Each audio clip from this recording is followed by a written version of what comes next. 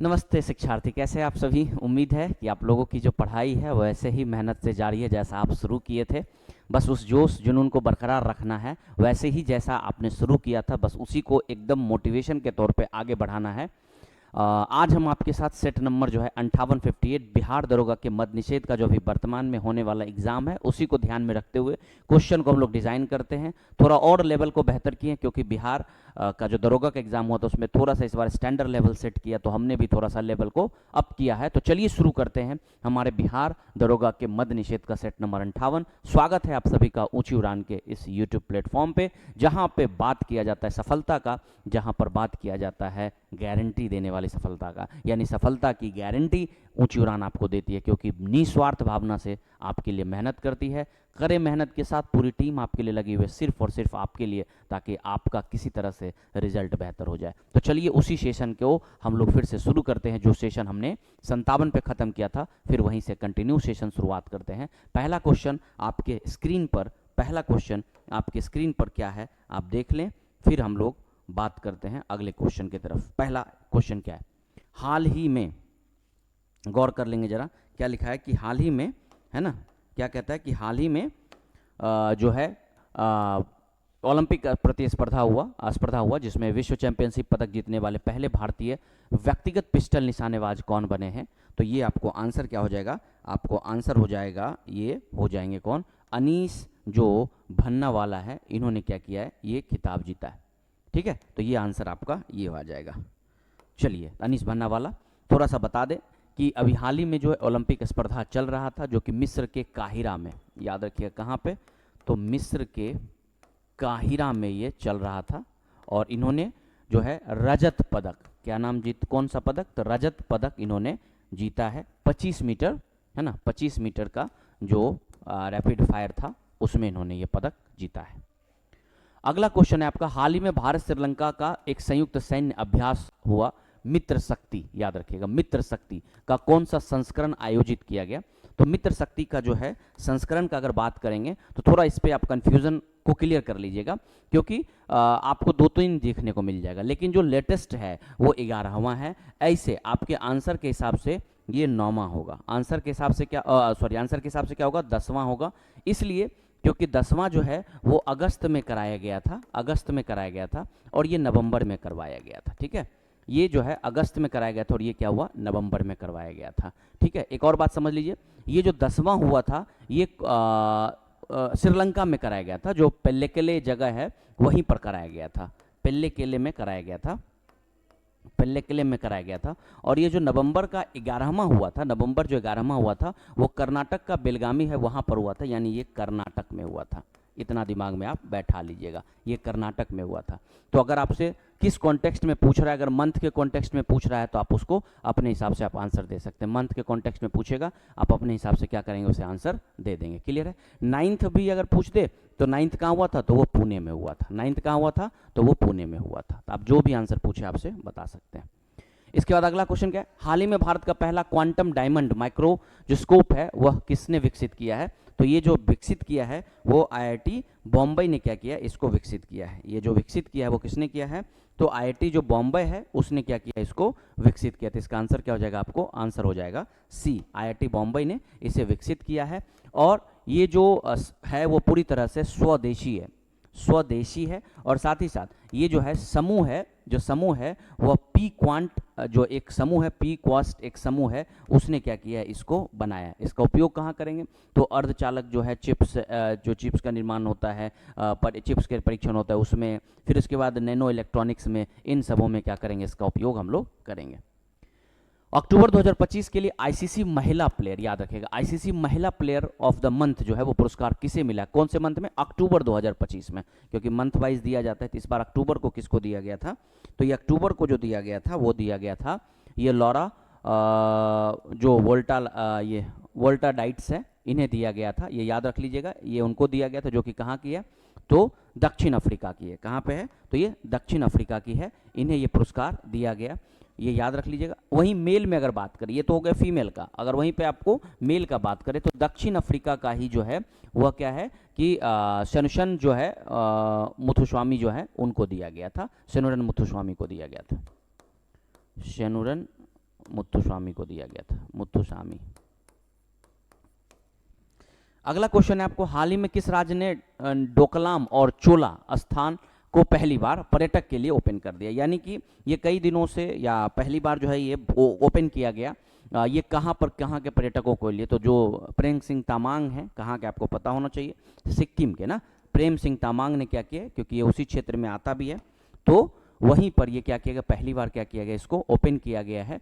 क्योंकि ये मतलब कहा जाता है 2017 में वही ये जगह है जहां पर भारत और चीन के बीच में लगभग 73 दिनों का क्या चला था, गतिरोध चला था, दोनों के बीच में एक अनबन एक तरह से चल रहा था। तो इसकी वजह से ये इसको रोका हुआ था, तो पहली बार इसे क्या कर दिया, ओपन कर दिया। इसका उद्देश्य क्या है कि अर्थव्यवस्थाओं को बेहतर करना, साथ ही साथ जो देशभक्ति की भावना है उसको थोड़ा सा और जीवित करना, उसको और थोड़ा बेहतर करना। इसके अलावा आपको पता होगा नाथुली जो पूर्वी पाकिस्तान, नाथुला जो पूर्वी पाकिस्तान में है, और पूर्वी पाकिस्तान बोल रहे हैं आपको, पूर्वी सिक्किम में ऑलरेडी ये पर्यटकों के लिए ओपन है। हाल ही में 44वां भारतीय अंतर्राष्ट्रीय व्यापार मेला जो कराया गया 2025, वो कहाँ आयोजित कराया गया है? तो ये जो व्यापार मेला आयोजित कराया गया, ये आपको कराया गया नई दिल्ली के भारत मंडपम जो है ना, भारत मंडपम प्रगति पथ, वहीं पर जो है ये प्रगति मैदान में ये कराया गया। ये मेला 14 से लेकर के 27 नवंबर तक जो है वह चलाया गया, और इसमें भारतीय व्यापार को बेहतर करना, भारत के जो व्यापारिक क्षेत्र हैं या अंतर्राष्ट्रीय व्यापार है उसको क्या करना, ज़्यादा से ज़्यादा बेहतर। आयोजक कौन था? भारतीय व्यापार जो संवर्धन है ना, व्यापार संवर्धन संगठन है, वही इसका क्या था। हाल ही में महात्मा ज्योतिबा फुले, जो महात्मा शब्द इन्हें दिया गया था, ज्योतिबा फुले, उनकी 135वीं पुण्यतिथि कब मनाई गई? तो ये आपसे पूछ रहा है, ये पुण्यतिथि जो मनाया गया वो आपको 28 नवंबर को मनाया गया, याद रखिएगा 28 नवंबर को ये पुण्यतिथि मनाया गया, क्योंकि कहा जाता है कि इनका जो डेथ हुआ था वो 28 नवंबर 1890 को हुआ था, और 2025 में इनकी 135वीं है ना, ये 135वीं जो है इनका क्या किया गया, पुण्यतिथि मनाया गया। और ऐसा माना जाता है कि माना क्या जाता है कि इन्होंने क्या किया था, आपको पता होगा, सत्य शोधक समाज जिसको हम लोग कहते हैं ना, उसकी जो स्थापना इन्होंने ही किया था, सत्य शोधक समाज की स्थापना की। एक सवाल और है, ये जो महात्मा शब्द आप देखते होंगे, ये महात्मा शब्द जो इन्हें दिया गया था वो 1888 में दिया गया था, और वह विट्ठल कृष्णन जी थे, उन्होंने ये इनका नाम दिया था, विट्ठल कृष्णन जी ने इसका नाम दिया था। अगला क्वेश्चन आपका है कि हाल ही में 2025 फीडे वर्ल्ड कप किसने जीता है? तो ये फीडे वर्ल्ड कप जो जीता है वो जखोवीर सिंदारोव जीता है, जो कि कहाँ का आपको नहीं पता तो जान लीजिए। इन्होंने क्या किया है, चाइना के वेई को हरा करके ये खिताब अपने नाम किया। ये कहाँ के हैं? उज्बेकिस्तान के हैं, उज्बेकिस्तान के हैं, और ये 19 वर्षीय हैं। इन्होंने 26 नवंबर को हरा करके किसको, चाइना के वेई को हरा करके इन्होंने खिताब अपने नाम किया है। टाइम्स हायर एजुकेशन जो है क्या किया है कि यूनिवर्सिटी का रैंकिंग जारी किया है, पूरी दुनिया की यूनिवर्सिटी का रैंकिंग जारी किया। उसमें पूछ रहा है आपको कि कौन सा जो विश्वविद्यालय है वो नंबर 1 पर है, वो आपसे पूछ रहा है किस विश्वविद्यालय ने नंबर 1 रैंक हासिल किया है। कैम्ब्रिज विश्वविद्यालय यूके, ऑक्सफोर्ड विश्वविद्यालय, स्टैनफोर्ड विश्वविद्यालय या हार्वर्ड जो है, हार्वर्ड यूनिवर्सिटी वो है। तो इसमें अगर पहले नंबर पे हम चलेंगे तो जो ऑक्सफोर्ड विश्वविद्यालय है, ये जो ऑक्सफोर्ड विश्वविद्यालय है इसने क्या किया, खिताब ये जीता है। अगर हम बात करें ऑक्सफोर्ड का तो ये आपको पहले नंबर पर आ जाता है। वहीं अगर दूसरे का बात करेंगे तो मासाचुसेट्स जो है यूएस का है, वो खिताब जीता है। फिर जो है आपको हार्वर्ड यूनिवर्सिटी जो आपको दिख रहा है यूएस का, वो तीसरे नंबर पर है। फिर प्रिंसटन यूनिवर्सिटी है, वो यूएस में है, वो चौथे नंबर पर है। वहीं कैम्ब्रिज का बात करेंगे तो ये 5वें नंबर पर है। ये क्या है, आपको 5वें नंबर पर है। क्लियर है? भारत का टॉप 200 में कोई भी इसमें रैंक नहीं है। ठीक है, तो ये दिमाग में आप बैठा लीजिएगा। भारत की सबसे बड़ी सीमेंट उत्पादक राज्य कौन है? तो भारत में सबसे जो बड़ी सीमेंट उत्पादक राज्य है वो है मध्य प्रदेश। मध्य प्रदेश सबसे अधिक क्या करता है, सीमेंट का क्या करता है, उत्पादन करता है। सबसे अधिक सीमेंट का उत्पादक राज्य जो है वो मध्य प्रदेश ही है। मध्य प्रदेश में कुल जो है वह 23 सीमेंट संयंत्र है, याद रखिएगा, टोटल जो है वो 23 सीमेंट संयंत्र है। और कहा जाता है कि ये सबसे अधिक जो है वह उत्पादन करता है। अगर दूसरे नंबर पे बात करेंगे तो 19 जो है वो आपको अरुणाचल प्रदेश में, और आपको 15 जो है वो राजस्थान में है। ठीक है, और अगर देश वाइज बात करेंगे तो भारत दूसरा सबसे बड़ा, याद रखिएगा, दूसरा सबसे बड़ा जो है वह सीमेंट का उत्पादन करता है। सर नंबर 1 पर चीन है। नंबर 1 पर कौन है? तो चीन है। एक और बात जान लीजिए, इसमें हम लोग चूना पत्थर का इस्तेमाल, सिल्का का इस्तेमाल इन सब का करते हैं। सभार एआई टूल्स किसके द्वारा शुरू किया गया है? तो ये सभार जो एआई टूल्स है ये पंचायती राज मंत्रालय के द्वारा शुरू किया गया। पंचायती राज मंत्रालय जो कि पता होगा आपको राजीव रंजन सिंह उर्फ ललन सिंह है ना, उनके देखरेख में है। ये इसलिए किया गया, ये जो लाया गया है सभासार एआई टूल इसलिए लाया गया ताकि जो ग्राम सभा की बैठकें हैं या उसके जो दस्तावेज हैं उसको आसानी से अपलोड किया जा सके, उसको आसानी से समझा जा सके, उसको आसानी से देखा जा सके, ताकि पंचायत के विकास पर प्रॉपर निगरानी रखा जा सके। इसके लिए जो है एआई टूल्स को लाया गया है। अगला क्वेश्चन है, हाल ही में मुख्यमंत्री किसान सम्मान निधि यानी जो किसान सम्मान निधि दिया जाता है पीएम मोदी के द्वारा हर साल 6,000 की जो राशि दी जाती है उसकी चौथी किस्त की पात्र के किसान किस राज्य द्वारा जारी किया? मतलब उसका चौथी किस्त मतलब 3 किस्त तो वो दे दी, 2-2 किस्त करके 2-2 हज़ार दे के 3 किस्त, और चौथा किस्त जो है वो जारी किसने किया है? तो ये चौथा किस्त जारी किया राजस्थान ने। राजस्थान ने क्या किया? चौथा किस्त जारी किया, यानी 2,000 एक्स्ट्रा उसने जारी किया है, यानी 8,000 राशि जो है वो जारी किया है। ये लंबे समय से चलाया जा रहा है। ये 2,000 उसने एक्स्ट्रा जो है वह जारी किया है राजस्थान ने। गूगल किस शहर में आर्टिफिशियल इंटेलिजेंस हब को स्थापित करने का घोषणा किया है? तो गूगल जो है आर्टिफिशियल इंटेलिजेंस हब को जो है वो विशाखापत्तनम में लगाने की घोषणा की है। लगभग कहा जाता है कि 15 बिलियन जो डॉलर है उसकी लागत से, 15 बिलियन डॉलर की लागत से जो है ये वहाँ पर हब बनाया जा रहा है। इसके अलावा हाल ही में चर्चित निम्नलिखित में से किस केंद्र शासित प्रदेश में राज्यसभा का प्रतिनिधित्व नहीं है? देखिए एक बात समझिए, केंद्र शासित प्रदेश में राज्यसभा का प्रतिनिधित्व का बात करेंगे तो सिर्फ 3 ही केंद्र शासित प्रदेश हैं जहां पर राज्यसभा का प्रतिनिधित्व है। जैसे दिल्ली का बात करेंगे, दिल्ली में 3 है। पुदुचेरी का बात करेंगे तो 1 है। अंडमान निकोबार में नहीं है, याद रखिएगा। जम्मू एंड कश्मीर में जो है वो 4 है, ठीक है। तो जम्मू कश्मीर, अब सवाल ये आ गया कि यहाँ पर क्या है? पुदुचेरी है, जम्मू कश्मीर भी कितना हो गया आपको? 4 हो गया। तो ये 3 के पास है। अंडमान निकोबार के पास कोई भी राज्यसभा का प्रतिनिधित्व नहीं है। इसका कारण भी है क्योंकि यहाँ पर विधानसभा जैसा कोई कॉन्सेप्ट नहीं है। क्लियर है? आपको राज्यसभा का सीट पता होगा टोटल कितने हैं? 250, 238 प्लस 12 मनोनीत होते हैं, ये आपको पहले से भी पता है। संयुक्त राष्ट्र पर्यावरण कार्यक्रम जिसको यूएनईपी कहते हैं, है ना, United Nation environmental programme, young champions of the Earth award जो है 2025 वो किसे दिया है? तो ये जिनाली मोदी भारत, हाँ ये इन्हें दिया गया है। जोसेफ नगुथिरु केन्या, इनको भी दिया गया है। नोएमी फ्लोरिया, इन्हें भी दिया गया है। उपयुक्त में सभी, इसलिए आंसर क्या हो जाएगा? उपयुक्त में सभी। जियाली मोदी वो हैं जिन्होंने जो केले जो छिलके होते हैं या केले के जो कचरे होते हैं इससे इन्होंने क्या किया है? बहुत एक अच्छा इन्होंने शाकाहारी जो धागा होता है या शाकाहारी जो चमड़ा होता है उन्होंने ये बनाने का कोशिश किया है। ठीक है, तो किससे? केले के कचरे से, याद रखिएगा। वहीं अगर जोसेफ नाथुगिरी का बात करेंगे तो पैकेज सामग्री जो जलकुंभी होती है उससे उन्होंने पैकेज सामग्री बनाने का कोशिश किया। वहीं पर अगर बात करेंगे नोएमी फ्लोरेंस, इन्होंने क्या किया है कि जल का जो बेकार जल हो जाता है उसका फिर से पुनः उपयोग किया जा सके, उसके तौर पे इन्होंने अपना काम किया है। तो एनवायरनमेंट को बचाने के प्रति काम किया, इसलिए ये प्रोग्राम आप समझ सकते हैं। यूनेस्को का पहला वैश्विक डिजिटल म्यूजियम जो है वो कहाँ शुरू किया गया? तो पहला जो डिजिटल म्यूजियम शुरू किया गया है वो आपको किया गया है बार्सिलोना में। बार्सिलोना में शुरू किया गया, आपको पता होगा स्पेन। यहाँ इसका उद्देश्य है कि दुनिया भर में जो ये जो अवैध रूप से तस्करी हो जाता है या फिर कई चोरी हो जाती है उसकी कलाकृति एक तरह से बनाने में, ताकि उसको कम किया जा सके इन सारे चीज़ों को, इसलिए बार्सिलोना में वैश्विक डिजिटल म्यूजियम शुरू किया गया। किस फिल्म ने 17वें राष्ट्रीय फिल्म पुरस्कार 2025 में सर्वश्रेष्ठ हिंदी फिल्म फीचर का पुरस्कार जीता है? हिंदी फिल्म का पुरस्कार जीता है तो वो आपको हो जाएगा क्या? 12th fail. 12th फेल जो है ये पुरस्कार जीता है। इसके एक्टर जो है विक्रांत मैसी, उन्हें और शाहरुख खान को क्या किया गया है? फिल्म फेयर अवार्ड भी जो है वो उनको मिल चुका है। राष्ट्रीय फिल्म फेयर मतलब राष्ट्रीय फिल्म जो है उनको पुरस्कार एज एक्टर के तौर पे मिल चुका है। वहीं रानी मुखर्जी को एक्ट्रेस के तौर पे मिला है। सितंबर 2025 को दादा साहब फाल्के पुरस्कार 2023 किसे सम्मानित किया गया?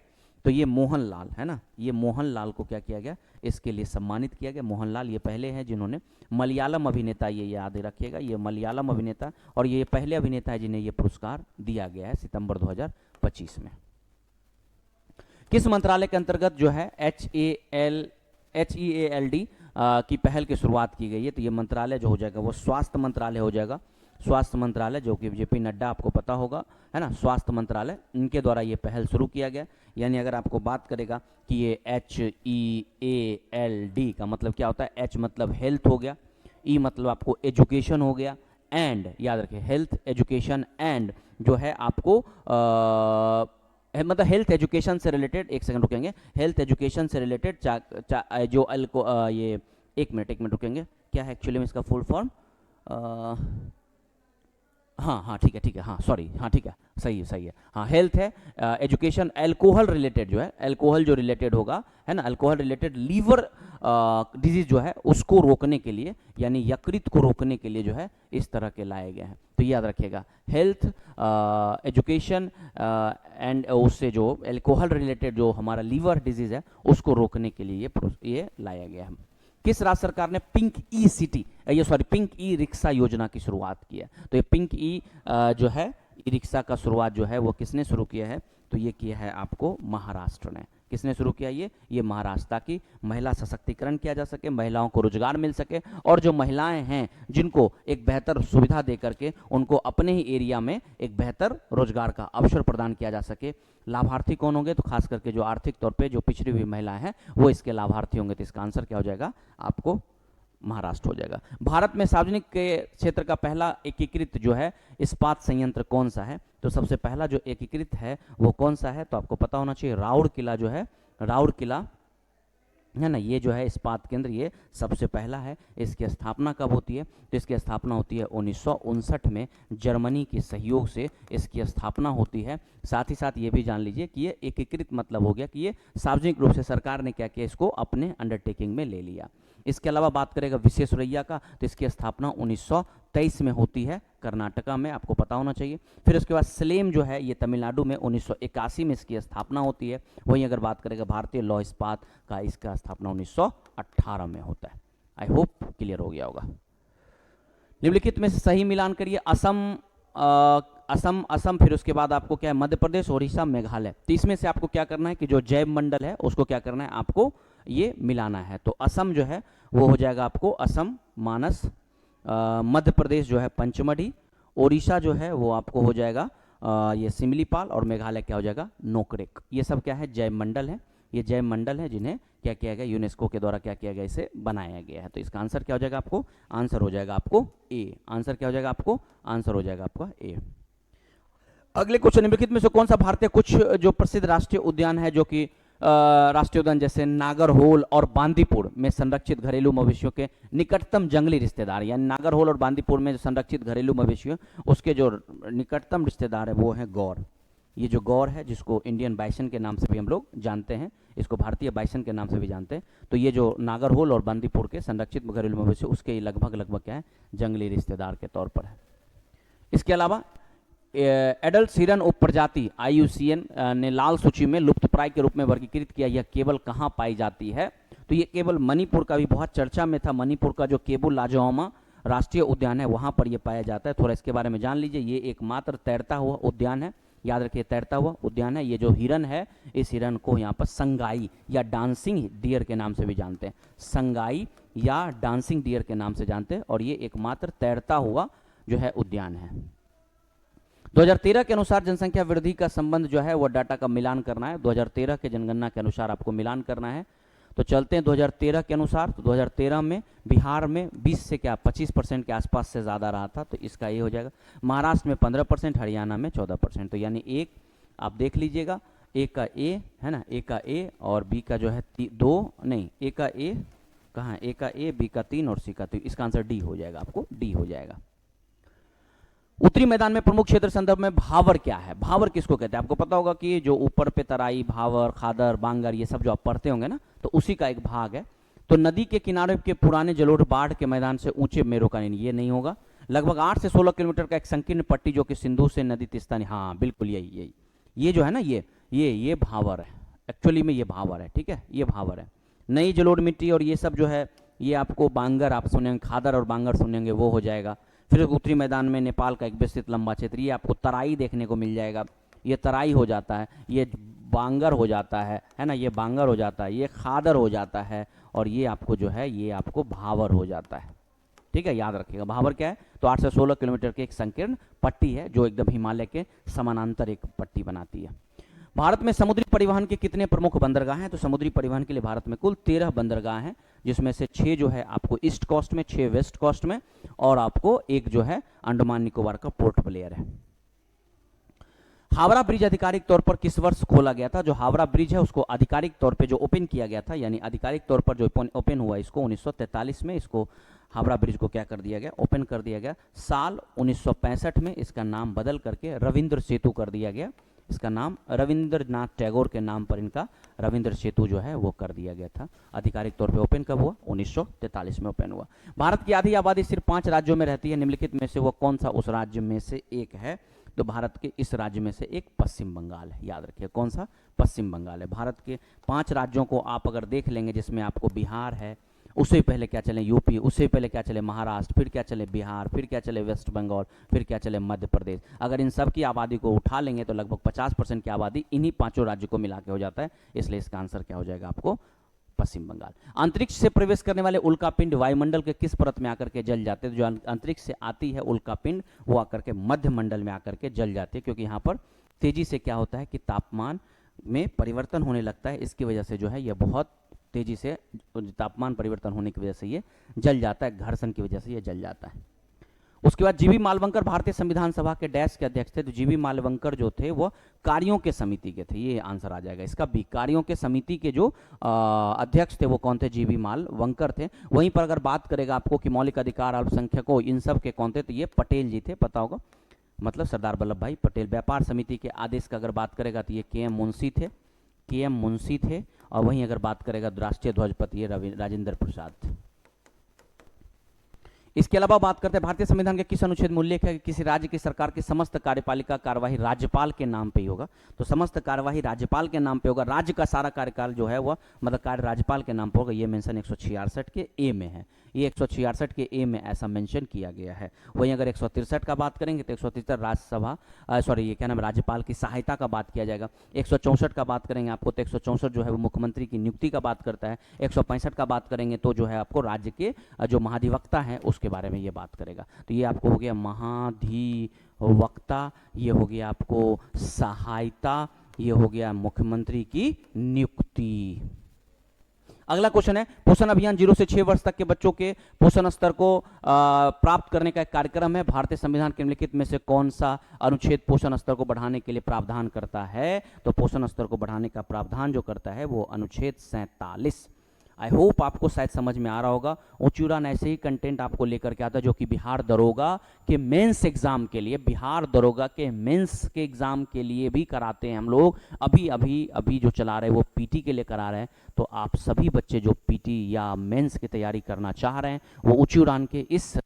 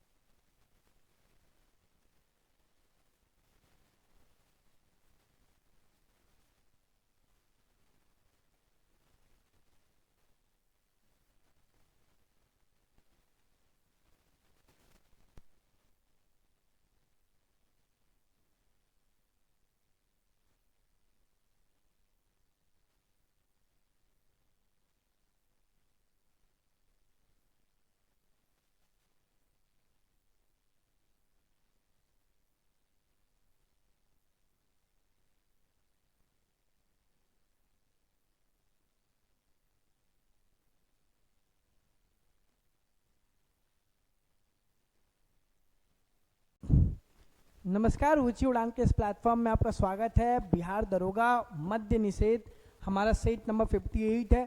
ठीक है, हमने ऐसे ही सारे आपको सेट 57 प्रोवाइड कराया है। 58 की अब बारी है। 58 सवाल देखते हैं। भारत के राष्ट्र आय की गणना में, अर्थशास्त्र का सवाल है, भारत के राष्ट्र आय की गणना में उत्पन्न होने वाली प्रमुख समस्या क्या है? जब राष्ट्र गणना जो राष्ट्र आय की गणना की जाती है उनमें प्रमुख समस्या क्या आती है? उसमें सबसे प्रमुख समस्या जो आती है वो असंगठित क्षेत्र हमें देखने को मिलता है। ये सबसे प्रमुख समस्या का कारण हमारे पास है। आते दूसरे सवाल की तरफ।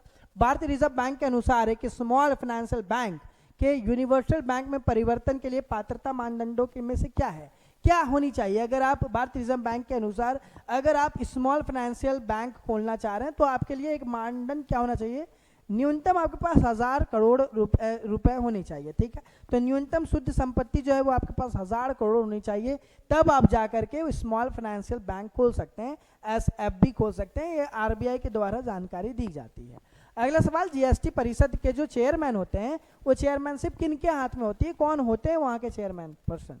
ठीक है, तो वो कौन होते हैं? वो होते हैं केंद्रीय वित्त मंत्री। जीएसटी के जो चेयरमैन होते हैं वो हमारे केंद्रीय वित्त मंत्री होते हैं। हमारे डी नंबर राइट आंसर होंगे। अगला सवाल, निम्नलिखित कथनों पर विचार करिए। क्या है कि बाजार कीमत पर निवल राष्ट्रीय उत्पाद, दूसरा है शेष विश्व के दूसरे देशों से प्राप्त अन्य चालू अंतरण, उपयुक्त विशेषताओं में से निम्नलिखित में से किसके बारे में बताती है? किसके बारे में जानकारी हमें देती है? यह जानकारी हमें राष्ट्र व्यय योग्य आय के बारे में जानकारी देती है। सी नंबर हमारा राइट आंसर होगा, क्योंकि यह जानकारी अगर आप दोनों कूटों को पढ़ेंगे कि बाजार कीमत वाले भी पॉइंट को पढ़ेंगे और शेष विश्व के वाले भी पॉइंट को पढ़ेंगे तो आपको पता चलेगा कि ये जो हमें जानकारी मिल रही है वो हमें राष्ट्र व्यय योग्य के बारे में योग्य आय के बारे में जानकारी मिलती है। ठीक है, अगला सवाल, किसी कर को किस स्थिति पर प्रतिगामी कर कहा जाता है? कब? जब अमीर की तुलना में गरीबों पर कम भार लगता हो, तब हम इसे क्या कहते हैं? इसे हम प्रतिगामी कर कहते हैं। मान लीजिए कि मेरे पास भी गाड़ी है, मेरे पास गाड़ी है और किसी एक के पास गाड़ी तक नहीं है, लेकिन हम दोनों के ऊपर अगर कर एक समान लगेगा तो कहीं ना कहीं एक इनजस्टिस हो रहा है, कहीं ना कहीं हमें न्याय नहीं मिल पा रहा। तो प्रतिगामी कर क्या होता है? अमीरों की तुलना में गरीबों पर जब कम भार लगाया जाता है कर का, उसे हम प्रतिगामी कर कह के पुकारते हैं। अगला सवाल, जीएसटी वस्तु एवं सेवा कर में शामिल है, किस में आखिर का शामिल है? क्या वो केंद्र में शामिल है? क्या वो राज्य में शामिल है? तो ये सिर्फ और सिर्फ केंद्र में शामिल है और ये अप्रत्यक्ष कर है। ठीक है, ये जो है वो केंद्र में शामिल है और ये अप्रत्यक्ष कर है। तो हमारा आंसर क्या होगा? ए नंबर हमारा राइट आंसर होगा। ये एक केंद्र में शामिल है और ये एक अप्रत्यक्ष करों में हमें देखने को मिलता है। पूंजी बाजार फाइनेंशियल मार्केट किसके रूप में संबंधित है? फाइनेंशियल मार्केट किस बैंक से संबंधित है? तो ये ध्यान रखिएगा, ये हमारे लिए फाइनेंस मार्केट जो है वो वस्तु बाजार से संबंधित है। या सुनिए, एक बात पहले सुनिए, पॉसिबल नहीं है सर।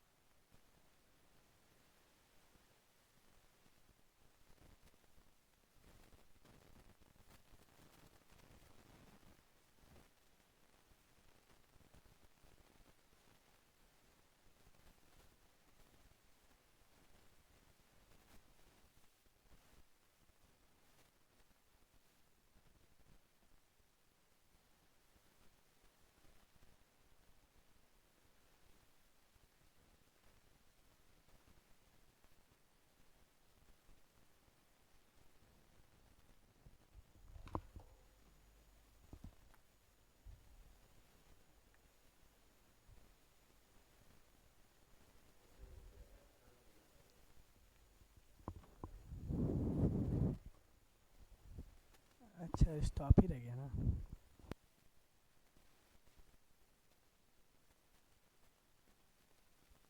पूंजी बाजार जो है वो किससे संबंधित है? वो जो है वो शेयर बाजार से संबंधित है, ध्यान रखिएगा। पूंजी बाजार जो है वो शेयर बाजार से संबंधित है, ध्यान रखिएगा।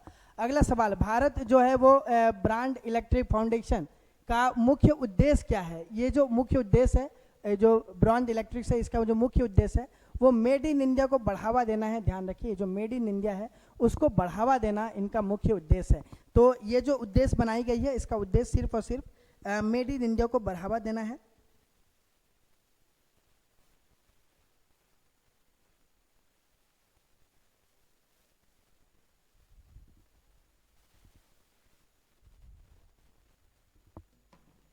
अगला सवाल, ये आते हैं निम्नलिखित में से कौन सम्मिलित करिए, बिहार सकल राष्ट्र उत्पाद और वृद्धि 2020-21 के अनुसार में क्या सही होगा?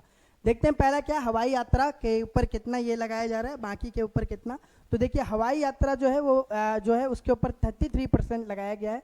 और यातायात जो है वो मतलब हवाई यात्रा के ऊपर आप देखिएगा तो ए का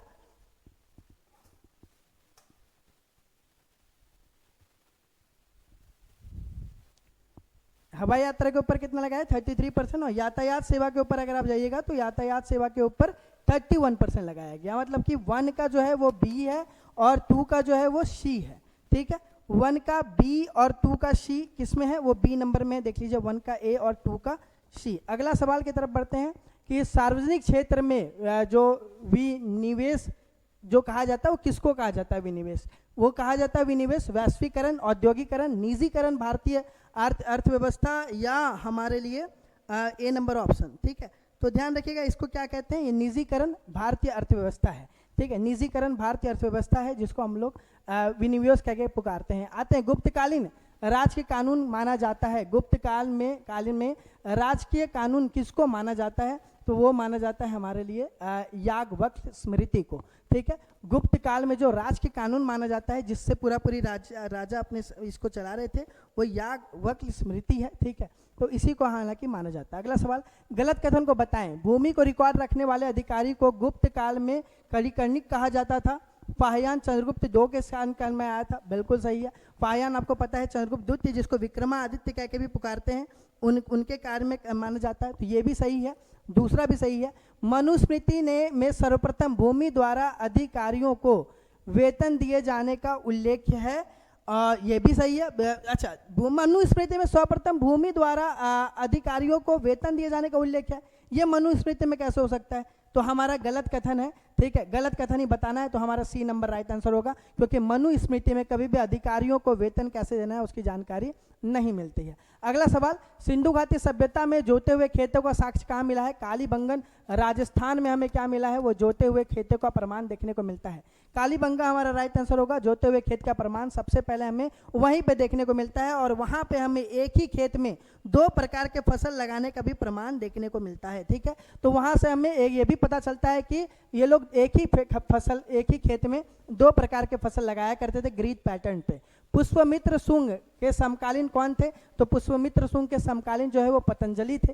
ठीक है, पतंजलि जो है वो पुष्पमित्र शुंग के समकालीन थे। अफगानिस्तान का बेग्राम किसकी राजधानी थी? ठीक है, अफगानिस्तान की राजधानी आपको बताना है।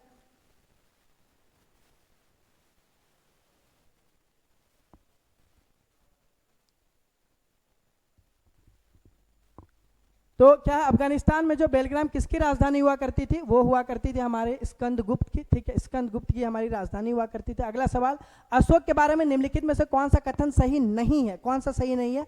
अशोक ने धम्म महामत नामक विशेष अधिकारी की नियुक्ति की थी, क्यों? ताकि बौद्ध धर्म का प्रचार प्रसार हो सके, धर्म का प्रचार प्रसार हो सके, बिल्कुल सही है। अशोक ने धर्म के प्रचार हेतु शिलालेख का भी उपयोग किया था, सही है। अशोक ने पुराणों की रचना को प्रोत्साहित किया। अशोक ने धर्म प्रचार के माध्यम से भी अपने साम्राज्य को इकट्ठा रखने का प्रयास किया था। तो क्या है? सी नंबर हमारा एक जो आपको क्या देखने को मिलेगा, कथन सही नहीं है, बाकी सारे कथन क्या है हमारे सही हैं। ठीक है, सी नंबर को छोड़ देते हैं। अकबर ने किस जैन जो है वो जगत गुरु की उपाधि धारण की थी? तो अशोक ने जो है वो हीर विजय, ठीक है, हीर विजय के द्वारा जो है वो हीर विजय सूरी से जो है वो जैन गुरु जगत गुरु की उपाधि धारण की थी। अगला सवाल, भारतीय राष्ट्रीय कांग्रेस की 1912 में अधिवेशन के अध्यक्ष कौन थे? ये आपके लिए सवाल बार बार रिपीटेड है, आपको पता होगा। आर मधुलिकर जो है वो पटना में बांकीपुर में जो ये जो स्थापना हुई थी वो हमारा राइट आंसर है। Poverty and on British rule, इससे पहले वाला हो गया है, हाँ हो गया है। Poverty and on British rule के जो संस्थापक हैं वो कौन है? वो हमारे दादा भाई नेहरू, ठीक है, दादा भाई नेहरू, ठीक है। दादा भाई नेहरू ने 1901 में एक पुस्तक प्रकाशित की थी, British poverty and un British rule India, ठीक है, याद रखिएगा 1901 में। सवाल कैसे ही बन सकता है, poverty and un British rule India के कौन है प्रकाशक? तो 1901 में उसका प्रकाशन किया गया था, किनके द्वारा? तो दादा भाई नेहरू के द्वारा।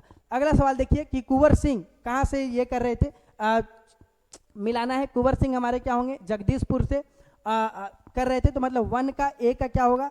ए का होगा हमारा 3, ए का 3 किस में है? सिर्फ और सिर्फ इसी में। आगे भी देख लेते हैं। हजरत महल जो है वो लखनऊ से, ठीक है, मतलब बी का 4, चलिए सही है, ए का 3 बी का 4। खान बहादुर फैजाबाद, ठीक है, खान बहादुर बरेली और अहमदुल्ला जो है वो फैजाबाद, चलिए सही है हमारा। सी नंबर हमारा राइट आंसर होगा, ठीक है। 1857 के क्रांति का विद्रोह कौन कहाँ से कर रहे थे?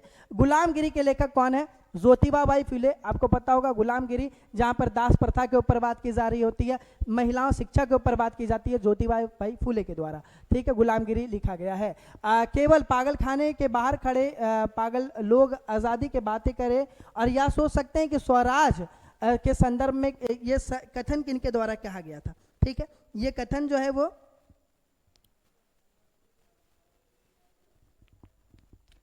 जो है वो किनके द्वारा कहा गया? वो बाल गंगाधर तिलक के द्वारा कहा गया, याद रखिएगा। गरम दल के एक नेता आपको देखने को मिलेंगे। आते हैं, द्वितीय विश्व युद्ध के दौरान भारत के किस क्षेत्र के केंद्र शासित प्रदेश पर जापान ने कब्जा कर लिया था? तो वो हमारा अंडमान और निकोबार होगा, जहां पर जापान के द्वारा कब्जा कर लिया गया था द्वितीय विश्व युद्ध के दौरान, ठीक है। तो हमारा आंसर क्या होगा? अंडमान और निकोबार। अगला सवाल कि ग्रेट लीप फॉरवर्ड सांस्कृतिक क्रांति नामक सामाजिक कार्यक्रम किस चीनी नेता से संबंधित है? तो ये माओ जेडोंग से संबंधित है, याद रखिए, माओ जेडोंग से संबंधित है। अगला सवाल, आध्यात्मिक गुरु गद्दार चट्टोपाध्याय के अन्य किस नाम से जाना जाता है? इनको किस और नाम से जाना जाता है? इनका जो नाम है वो क्या है? आध्यात्मिक गुरु जो गद्दार चट्टोपाध्याय हैं, इनको जो है हम लोग किस नाम से जानते हैं? ये आप सवाल प्लीज़ कमेंट बॉक्स में करके बताइएगा। भारत की इलेक्ट्रॉनिक सिटी कौन सा शहर है? इलेक्ट्रॉनिक सिटी जो है वो हाजीपुर है, याद रखिए, हाजीपुर हमारा इलेक्ट्रॉनिक संबंधित हमें देखने को मिलेगा।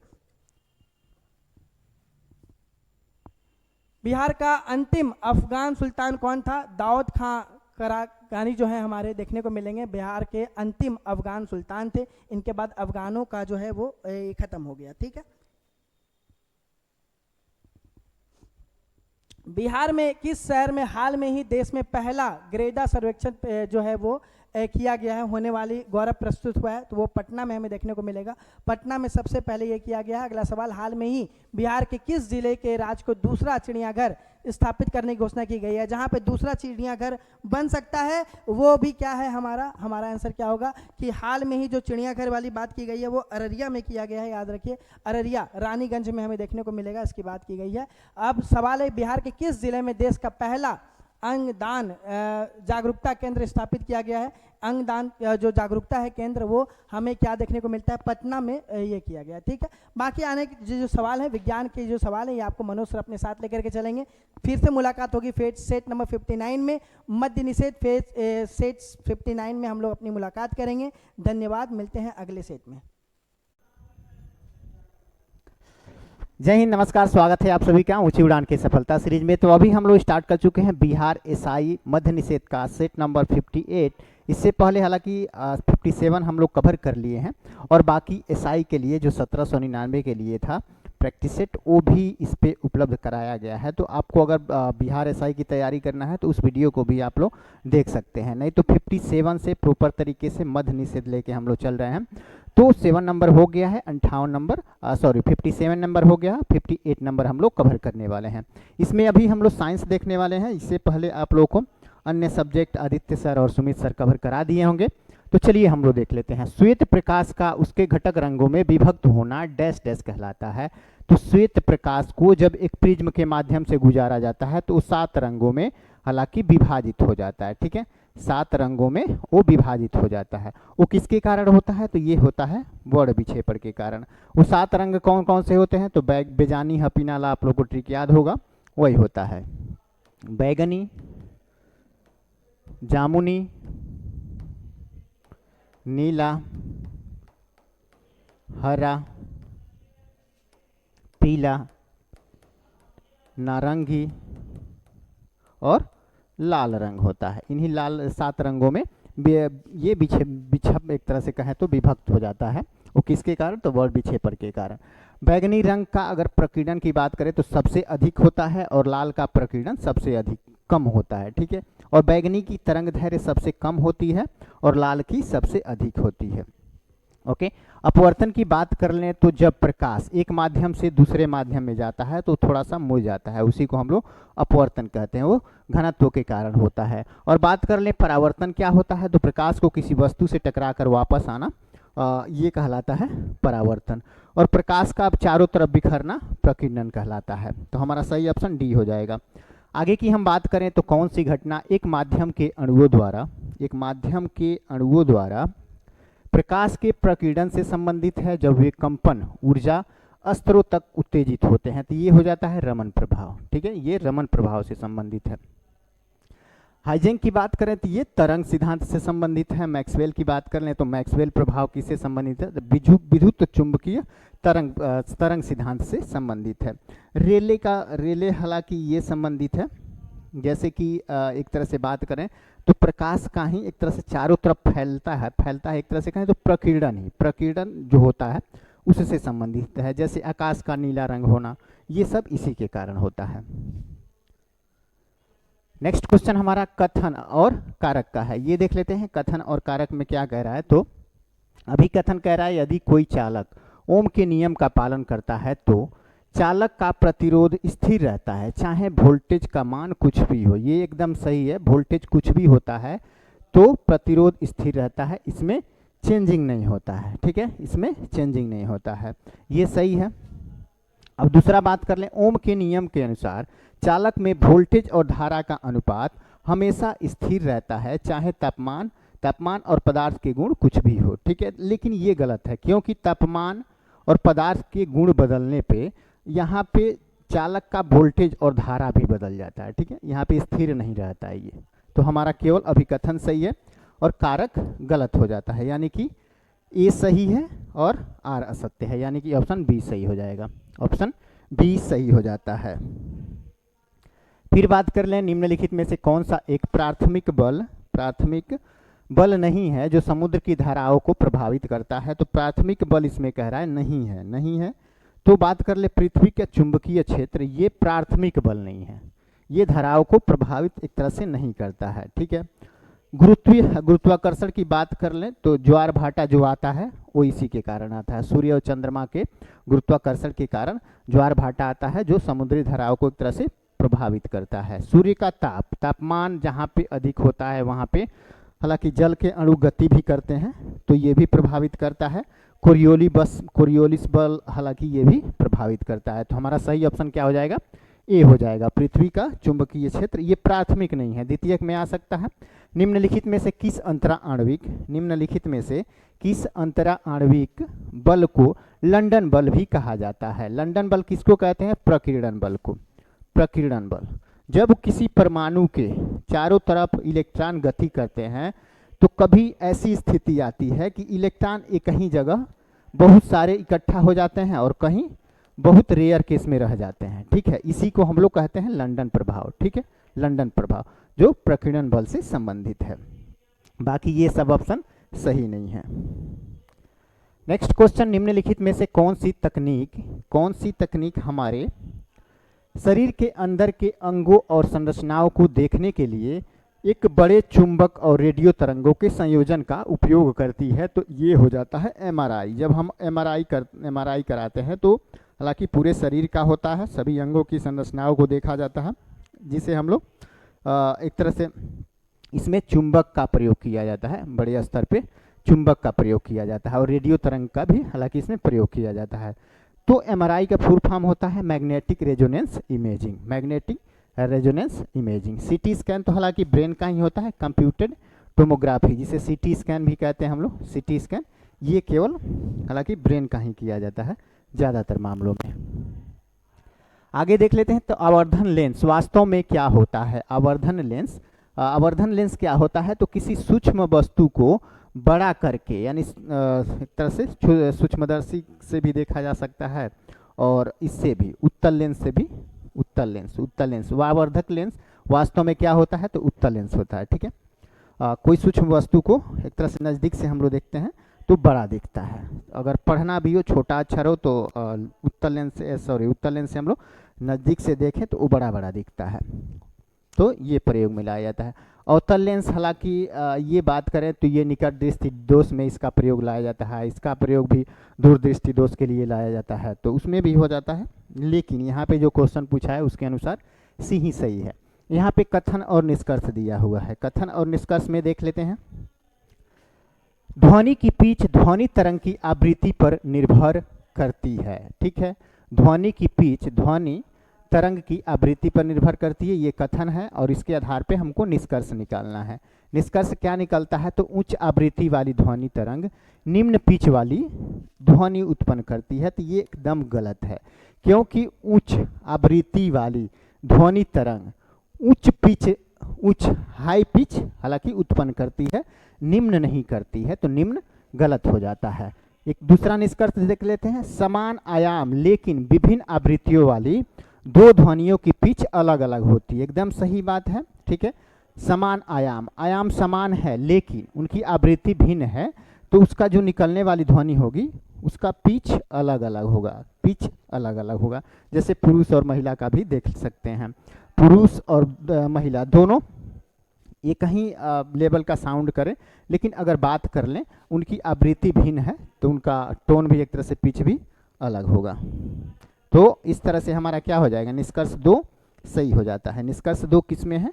ऑप्शन बी में दिया हुआ है। ऑप्शन बी में निष्कर्ष 2 दिया हुआ है। फिर आगे की बात कर लें हम लोग, आगे की बात कर लें। ठीक है, हाँ अब ठीक है, चलिए आगे की बात कर लें हम लोग। तो डाल्टन के परमाणु सिद्धांत के अनुसार परमाणु छोटी पूर्ण संख्याओं के अनुपात में मिलकर डैश डैश बनाती है। तो यहाँ अनुपात में मिला है तो ये यौगिक हो जाएगा। ठीक है, यौगिक। अनुपात में नहीं होता तो ये मिश्रण हो जाता, लेकिन अनुपात में है तो ये यौगिक हो जाएगा। न्यूट्रॉन और प्रोटॉन की बात करें तो ये नाभिक में उपस्थित कण होते हैं। किसी भी तत्व के प्रोटॉन एक तरह से कहें परमाणु के नाभिक में उपस्थित तत्व होते हैं। नेक्स्ट क्वेश्चन, निम्नलिखित में से कौन सा कथन गलत है? यहाँ पे गलत चूज करना है, तो देख लेते हैं। धातु ऑक्सीजन के साथ प्रतिक्रिया करके क्षारीय ऑक्साइड बनाता है, एकदम सही बात है। O+ यानी धातुएं जो होती हैं वो ऑक्सीजन के साथ प्रतिक्रिया करके क्षारीय ऑक्साइड बनाती हैं, ये सही है। ठीक है, अधातु अगाध वर्णनीयता होती है। ठीक है, ये गलत है, ये गलत है। अधातुएं अघात वर्धनीयता नहीं होती हैं, धातुएं अघात वर्धनीयता होती हैं। यानी पीट के चद्दर किसको बनाया जा सकता है? तो किसी अधातु को नहीं। जैसे लकड़ी को पीट के चद्दर नहीं बनाया जा सकता। कोई धातु जैसे सोना हो गया तो सोना को लोहा को पीट के हम लोग क्या करते हैं? चद्दर टाइप का बना देते हैं, यानी आघात करके वर्धन कर देते हैं उसका। तो आघात वर्धनीयता धातु में होता है, अधातु में नहीं होता है। तो ये गलत है और यहाँ वही पूछा हुआ है कि कौन सा कथन गलत है। अधातु कोई ध्वनि उत्पन्न नहीं करती हैं, तो सही बात है, अधातु ध्वनि उत्पन्न नहीं करती हैं, धातुएं ध्वनि उत्पन्न करती हैं। धातुओं की आयनन एंथैल्पी कम होती है, तो ये भी सही है। गलत कौन है? तो ऑप्शन बी गलत है, वही हमारा आंसर हो जाएगा। निम्नलिखित में से कौन संभारिक की जोड़ी है? संभारिक की जोड़ी यहाँ पूछ रहा है, तो संभारिक की जोड़ी देखो, क्रमांक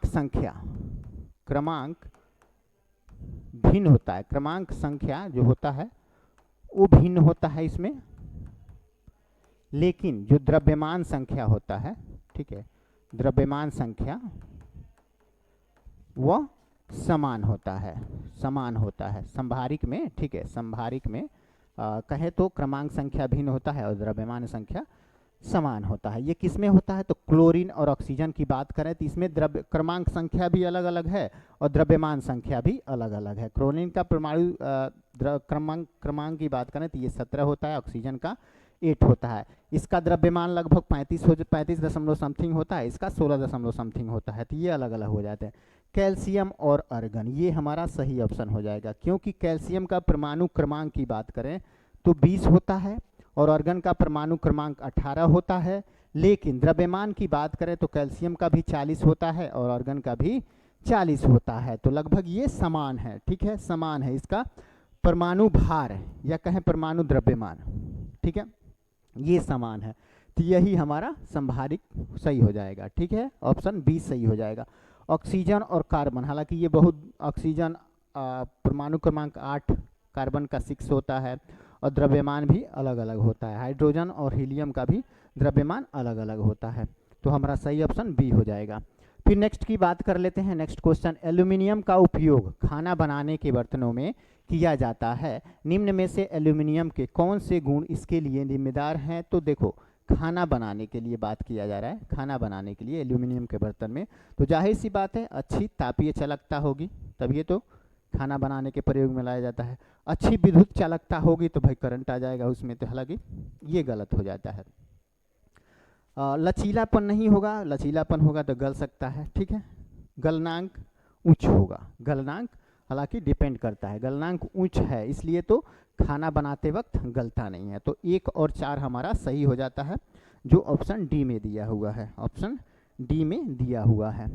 नेक्स्ट क्वेश्चन हमारा क्या कह रहा है? तो नेक्स्ट क्वेश्चन कह रहा है, निश्चेतक के लिए निम्नलिखित में से किस गैस का उपयोग किया जाता है निश्चेतक बेहोश करने के लिए? अगर गैस की बात कर लें तो नाइट्रस ऑक्साइड और जेनॉन का प्रयोग किया जाता है। तो हालांकि नाइट्रस ऑक्साइड हालांकि हंसाने वाली गैस है और निश्चेतक के रूप में भी उपयोग में लाया जाता है, लेकिन वो यहाँ पे है नहीं, तो जेनॉन सही हो जाएगा। जेनॉन हालांकि आजकल के डेट में ज़्यादातर यही प्रयोग होता है, जेनॉन ही, क्योंकि जेनॉन जो होता है वो हमारे शरीर के आंतरिक अंगों को नुकसान नहीं पहुंचाता है, जैसे हृदय हो गया, लीवर, किडनी, ये सब को नुकसान नहीं पहुंचाता है और जल्दी ही इंसान होश में आ जाता है, ठीक है। तो ये सही हो जाएगा। ये सब निष्क्रिय गैसें ही हैं, ठीक है, निष्क्रिय गैसें ही हैं जो समूह 18 में मौजूद रहती हैं। आगे की बात करें तो कोयले की खानों में प्रायः विस्फोटक करने वाली गैस कौन सी है? तो कोयले के खानों में विस्फोटक के रूप में हम लोग मीथेन का प्रयोग करते हैं, ठीक है, मीथेन का प्रयोग करते हैं, ठीक है। ये हवा के संपर्क में जैसे ही आता है तो ये एक तरह से रिएक्शन करना शुरू कर देता है, विस्फोट करना शुरू कर देता है, तो मीथेन ही सही आंसर हो जाएगा। बाकी ये एक तरह से निष्क्रिय गैस है, सक्रिय गैसेज नहीं है। निम्न यहाँ पे देख लेते हैं क्वेश्चन नंबर हमारा, क्वेश्चन नंबर 85 क्या कह रहा है? तो नाभिकीय रिएक्टरों में निम्न में से किसको विमंदक के रूप में प्रयोग किया जाता है? तो नाभिकीय रिएक्टर में विमंदक यानी कि गति कम करने के लिए किसका प्रयोग किया जाता है? तो यहाँ पे ग्रेफाइट हो जाता है सही आंसर, और साथ में अगर भारी जल दे दे, भारी जल, तो ये भी हो जाता है। ये दोनों ज़्यादा तक प्रयोग में लाए जाते हैं विमंदक के रूप में, ठीक है। नाभिकीय रिएक्टरों में विमंदक के रूप में ग्रेफाइट और भारी जल प्रयोग में लाए जाते हैं। कभी कभी आजकल के डेट में साधारण जल का भी प्रयोग लाया जाता है, लेकिन ये प्राथमिक नहीं हो जाता, ये द्वितीयक तौर पे यूज होता है। प्राथमिक में ग्रेफाइट और भारी जल हो जाता है। बाकी इनकी बात कर लें रेडियम और थोरियम की, तो योग क्या हो जाते हैं? तो रेडियोधर्मी पदार्थ हो जाते हैं, ये रेडियोधर्मी पदार्थ हैं। ओके, नेक्स्ट क्वेश्चन हमारा क्या हो जाता है? तो स्वतंत्र रूप से भूमि में रहने वाला अवायवीय जीवाणु जिसमें नाइट्रोजन स्थिरीकरण करने की क्षमता होती है वह है। तो यहाँ पे देख लीजिए, यहाँ पे भूमि में रहने वाले दो जीव, एजेटोबैक्टर भी रहता है और क्लास्ट्रीडियम भी रहता है, लेकिन यहाँ दिया है अवायवीय श्वसन, अवायवीय जीवाणु। अवायवीय जीवाणु कौन सा होता है? तो ये हो जाता है क्लास्ट्रीडियम। क्लास्ट्रीडियम जो होता है अवायवीय जीवाणु होता है, जो नाइट्रोजन का स्थिरीकरण करता है, और ये वायवीय जीवाणु हो जाता है। वायवीय, वायु की उपस्थिति में ही ये नाइट्रोजन को स्थिरीकरण करता है। और ये बात करें राइजोबियम, तो ये दलहनी पौधे जो होते हैं उनकी जड़ में गांठ के रूप में पाया जाता है, ठीक है, ये जड़ में पाया जाता है। तो सही ऑप्शन क्या हो जाएगा, सी हो जाएगा, क्लस्ट्रीडियम। नेक्स्ट देखते हैं, यहाँ पे कथन और कारक दिया हुआ है। कथन और कारक में क्या कह रहा है, तो कथन में कह रहा है प्लेटी हेलमिंथिस को चपटा कृमि कहा जाता है। तो एकदम चपटा कृमि इनको कहा जाता है, प्लेटी हेलमिंथिस को। इनकी शारीरिक संरचना चपटी होती है, इसी कारण इन्हें चपटी कृमि कहा जाता है। दोनों सही हैं और यहाँ पे दोनों सही हो जाता है, ठीक है। और आर जो है एक ही सही व्याख्या कर रहा है, ठीक है। इनकी शारीरिक संरचना चपटी होती है, इसीलिए तो इन्हें चपटी कृमि कहा जाता है। इसकी व्याख्या सही तरीके से कर रहा है। तो कथन ए और कारण आर दोनों सही हैं और आर ए की सही व्याख्या करता है, यही सही है, ऑप्शन ए हमारा सही हो जाएगा, ठीक है। फिर नेक्स्ट क्वेश्चन की हम लोग बात कर लें तो किस रूप में पची हुई प्रोटीन्स का शरीर में संचरण होता है। तो खास करके प्रोटीन हमारे शरीर में जितना आवश्यकता होती है उतना यूज कर लेता है हमारा शरीर, उसके बाद प्रोटीन बच हो जाता है, तो उसको अमीनो अम्ल के रूप में संग्रहित कर लिया जाता है, ठीक है, इसी के रूप में संग्रहित कर लिया जाता है। फिर नेक्स्ट क्वेश्चन हमारा हो जाता है क्या, तो यहाँ पे पूछ रहा है क्वेश्चन में पूछ रहा है कि मनुष्य को ऊर्जा के लिए कार्बोहाइड्रेट्स की आवश्यकता होती है जिसे वह प्राप्त कर सकता है। तो फाइबर से यानी कि स्टार्च से प्राप्त करता है, ठीक है, स्टार्च से ही कार्बोहाइड्रेट प्राप्त करता है। अगर बात करें सेलुलोज से, तो सेलुलोज से तो हालांकि ऊर्जा प्राप्त किया जाता है, लेकिन हम नहीं करते हैं। जो जिनके पास अपेंडिक्स होता है, यानी खास करके पूंछ जिसके पास होता है, जैसे कि गाय भैंस बकरी ये सब होती हैं, जिनके अंदर सेलुलोज की पचाने की क्षमता होती है, वही इससे कार्बोहाइड्रेट प्राप्त कर सकते हैं। हम इससे कार्बोहाइड्रेट नहीं प्राप्त कर सकते, काहे कि हमारी आंत जो होती है इसको पचाने में, सेलुलोज को पचाने में सक्षम नहीं होती है। ओके, घास फूस खाइएगा तो पचेगा क्या, कुछ मुलायम टाइप का फाइबर टाइप का जो घास फूस रहता है वो खा के पचा भी सकते हैं, लेकिन जीव जंतु जो घास खाते हैं वो खा के हम लोग नहीं पचा सकते हैं, ठीक है। तो हमारा सही ऑप्शन ए हो जाएगा, ए सही ऑप्शन हो जाएगा। आगे देखते हैं, मेगाप्टेरा नोआएंग्लिया, मेगाप्टेरा नोआएंग्लिया का सामान्य नाम डैश्ड है। सर, ये कुबर वाली वेल जो होती है, कुबर वाली वेल, ब्लू वेल भी हालांकि होती है जो, उसी का वैज्ञानिक नाम है। फिर देखते हैं, निम्नलिखित में से कौन सा एक सूक्ष्म पोषक तत्व है और कोशिका विभाजन, कोशिका वृद्धि और घाव भरने और कार्बोहाइड्रेट के विखंडन में भूमिका निभाता है। तो ये हो जाता है जिंक, ये जिंक हो जाता है, ठीक है। ये हालांकि दवाओं में भी जिंक का प्रयोग कुछ मात्रा मिलाई जाती है, खास करके जो घाव भरने वाली होती हैं या वृद्धि करने वाली, कोशिका का वृद्धि करने वाली होती हैं। और जाहिर सी बात है, घाव सही कब होगा, जब कोशिकाएं डिवाइड होंगी, विभाजित होंगी। तो पुरानी कोशिका मर के बाहर होंगी, नई कोशिका बनेंगी, तो उसके लिए जिंक प्रयोग में लाया जाता है। बाकी लोहा, कापर, कैल्शियम ये सब प्रयोग में नहीं लाया जाता। यहाँ पे मिलान करना है सूची 1 को सूची 2 से, तो मिलान कर लेते हैं हम लोग।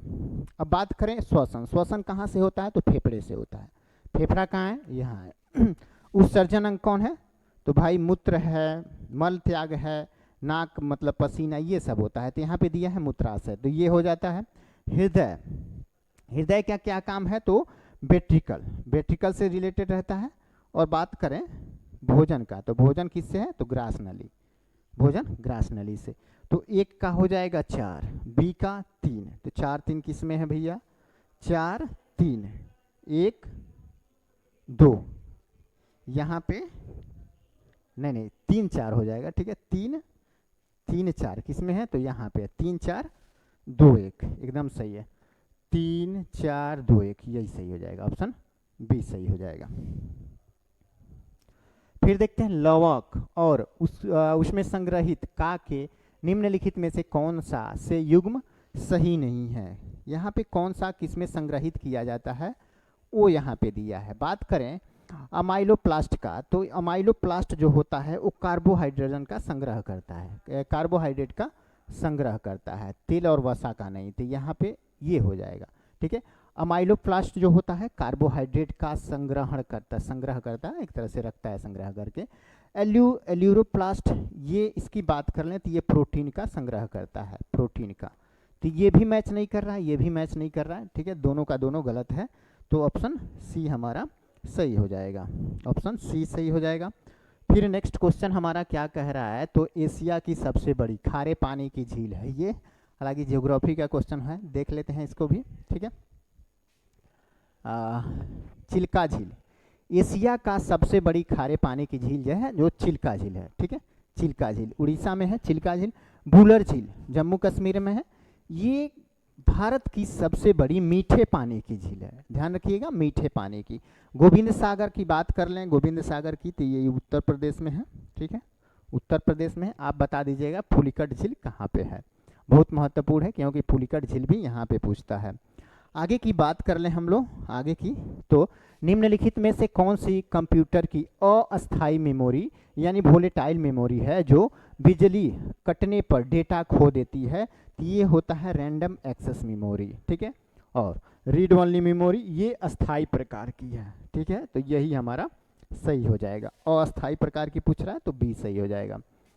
अब मैथमेटिक्स आ गया, मैथमेटिक्स हम लोग देख लेते हैं। यहाँ पे क्या कह रहा है, तो ए की आय का बी की आय से अनुपात 3 इतना है। अब देखो ए का व्यय उसकी आय का इतना है। अब देखो ए की आय मान लेते हैं 3x और बी की आय मान लेते हैं 5x। तो क्या कह रहा है कि ए का व्यय उसकी आय का इतना है, तो ए का राशि कितना है 3x, अब इसका 7/12 व्यय है, यही है ना। और देखो फिर क्या कह रहा है, 7/12 व्यय करते हैं तो 3 चौको 12, यानी इसका बच कितना रहा है 4 x बच रहा है ना। अब देखो यहाँ पे दिया है बी का व्यय उसकी आय का 8/15 है, तो बी का व्यय बी का टोटल आय है 5x और इसमें से व्यय कितना हो रहा है, तो 8/15 यही हो रहा है, तो 5 3 से कट जाएगा, यानी यहाँ बच रहा है 8/3x। अब क्या कह रहा है, उनके व्यय के बीच का सकारात्मक अंतर इतना है, ठीक है, इतना है। तो व्यय इसका ये है, व्यय इसका ये है। देखो अब एक में से दूसरे को घटा देंगे, ए का ये है बी का ये है, क्या कह रहा है उनके व्यय के बीच का सकारात्मक अंतर इतना है। तो भाई बड़े में से ही छोटा वाला घटाएंगे तो सकारात्मक अंतर निकालना है। 8/3x में से हम लोग 7/4x घटा देंगे तो कितना बचेगा, इतना 14,300 है ना। 4×3 = 12 एलसीएम हो गया और 3 चौको 12 और 8 चौको 32, यहाँ पे हो जाएगा 32x और माइनस 4×3 = 7×3 = 21 है ना, 21x। 32 में से 21x घटा दिए तो यहाँ पे क्या निकल के आया, यहाँ पे निकल के आएगा, क्या निकल के आएगा, 32 में से 21 घटा दे तो 11x/12 कितने के बराबर है, तो भैया ये है 14,300 के बराबर है ना। अब 11 से 11 में कम में 11×3 = 30 इतनी बार में कट जा रहा है, 12×13 = 140 हो जाता है क्या, 12 144 और 12 = 56 हो जाएगा, ठीक है, 15600 x का मान इतना निकल के आ रहा है ना। तो ए की आय x की मान इतना निकल के आ रहा है, ठीक है। ए की आय क्या है 3x, हम लोग शुरू में ही 3x माने थे, तो x का वैल्यू इतना निकल के आया, तो इतना निकल के आया, तो फिर हम क्या करेंगे 3 × x का वैल्यू रख देंगे 15,600, कितना हो जाएगा 0 0 6 × 5 = 5 × 15 = 3 18 3 × 3 = 4 48 आ रहा है भैया, ठीक है, 36 18 48 एक आई है ना, 156 × 3 48 आएगा, 48,000, ठीक है, 48,000 इसमें ऑप्शन में नहीं है। 3 × 3 5 × 15 सही है, 15,648 आएगा, ठीक है, 48,000 ही यहाँ पे आएगा, आप लोग सही कर लीजिएगा। या अगर कोई बाई चांस गुणा करने में कहीं हुआ हो तो देख लीजिएगा, प्रोसेस वही रहेगा सेम, 48,000 ही यहाँ पे आएगा। यहाँ पे ऑप्शन में 46,800 है, यहाँ पे कुछ डिफरेंट है। एक में एक बार गुणा कर लेते हैं, जो ये 36 18 18 18 के 8 यहाँ होगा, ठीक है, 18 के 8 गुणा करने में ही दिक्कत है।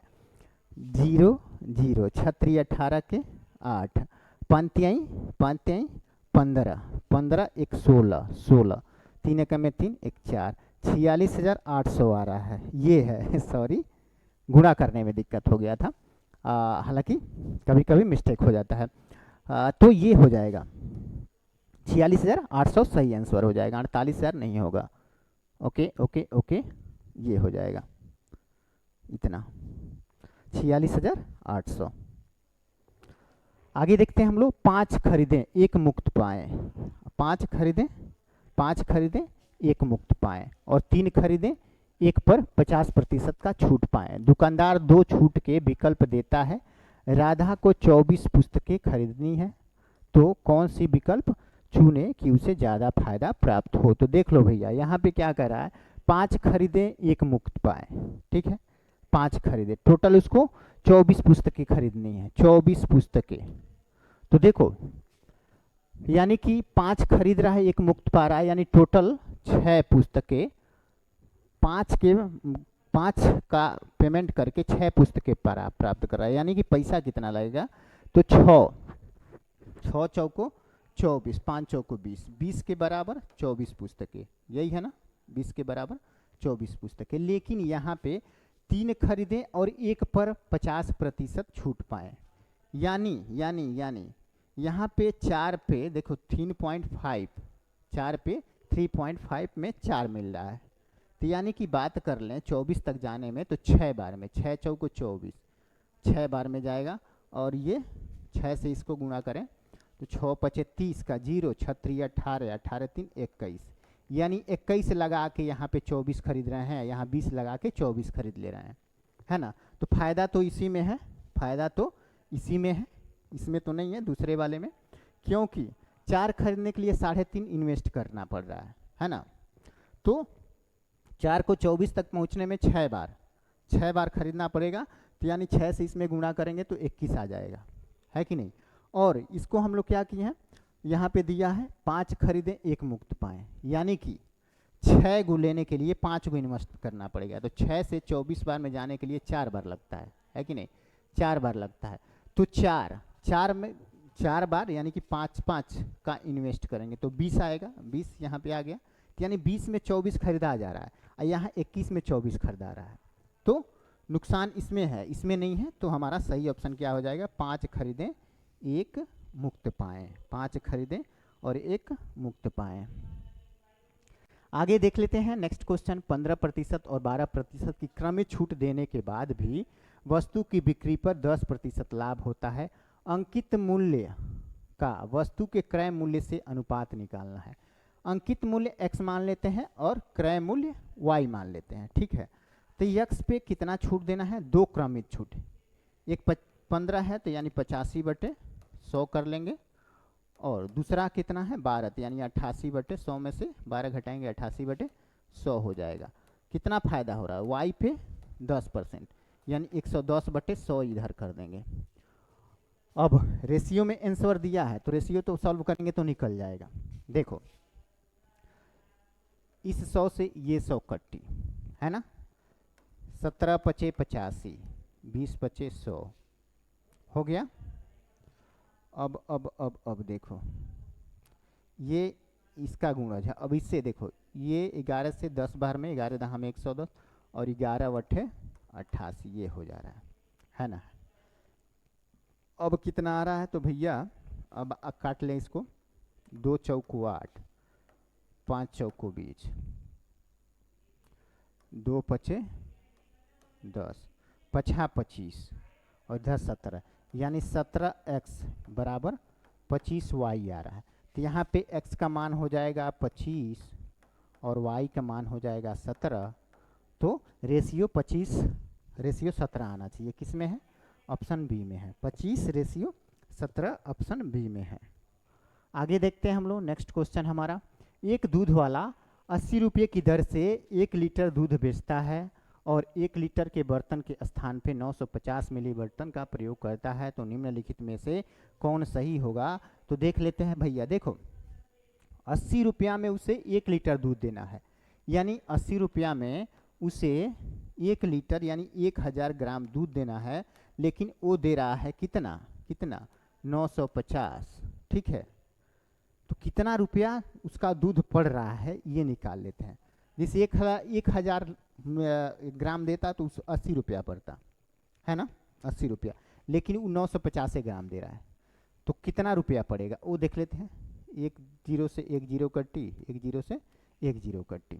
ठीक है, 5 दूनी 10, 19 × 5 95, 2 से ये 4 92, 19 चौको 76, यानी कि 76 रुपया उसका दूध पड़ रहा है ना, 76 रुपया उसका दूध पड़ रहा है।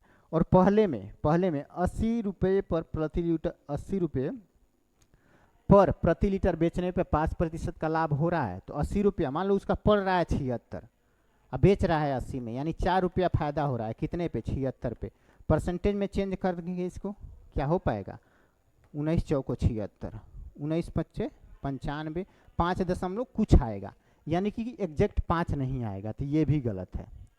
अब दूसरा निकाल लेते हैं, उसका लागत मूल्य वही है 76 है ना, 76, इस पे कितना फायदा हो रहा है, 76 से 8 ज़्यादा है तो 8 फायदा। परसेंटेज में चेंज करते हैं तो ये भी नहीं कटेगा, 8 9 72, 9.2 आएगा, कुछ आएगा, 9 से 100 नहीं कट पाएगा, यानी दशमलव में आंसर आएगा, तो ये भी एक तरह से गलत है, ये भी सही नहीं है, यानी कि दोनों का दोनों गलत है। तो हमारा सही ऑप्शन क्या हो जाएगा, तो सही ऑप्शन हमारा हो जाएगा क्या, तो डी हो जाएगा, सही ऑप्शन डी वाला हो जाता है, इनमें से कोई नहीं। आगे देख लेते हैं, एक राशि प्रति वर्ष साधारण ब्याज की एक निश्चित दर से 10 वर्षों में इतना प्रतिशत बढ़ जाती है। साधारण ब्याज की समान दर से 6 वर्षों में समान राशि में कितने प्रतिशत की वृद्धि होगी। अब देखो यहाँ क्या कर रहा है कि एक राशि प्रति वर्ष साधारण ब्याज की दर से 10 वर्ष में इतना प्रतिशत बढ़ रहा है, 75%, कितने वर्ष में 10%। साधारण ब्याज है तो सीधी सी बात है, 1 वर्ष का निकाल लें तो 10 से इसको काटेंगे तो 7.5, यानी इसकी दर जो है 7.5 है। ठीक है, 7.5, तो साधारण ब्याज की समान दर से 6 वर्षों में समान राशि कितना प्रतिशत वृद्धि कर दी, तो 1 साल में इतना है, तो 6 वर्ष में कितना हो जाएगा, 6 × 5 30 का 0 और 6 × 7 42, 3 45, 45 दशमलव 1 है, यानी लगा देंगे 0 के बाद, यानी कि 45% हमारा सही आंसर हो जाएगा। ठीक है, 45% सही बात है, समझ में आया कि नहीं। प्रतिवर्ष दर निकल के आ रहा है इतना, और इतना में 6 से गुणा कर देंगे तो 45 हमारा आ जाएगा आंसर। आगे देख लेते हैं, हो गया खत्म। ठीक है, 100 में 100 क्लियर हो गया। इस तरह से आज का डिस्कशन हमारा समाप्त होता है। अगर आप लोगों को वीडियो अच्छा लगा हो तो प्लीज़ लाइक ज़रूर करना, चैनल को सब्सक्राइब ज़रूर करना। मिलते हैं एक नए कंटेंट के साथ नए वीडियो में, तब तक के लिए सभी को बाय बाय।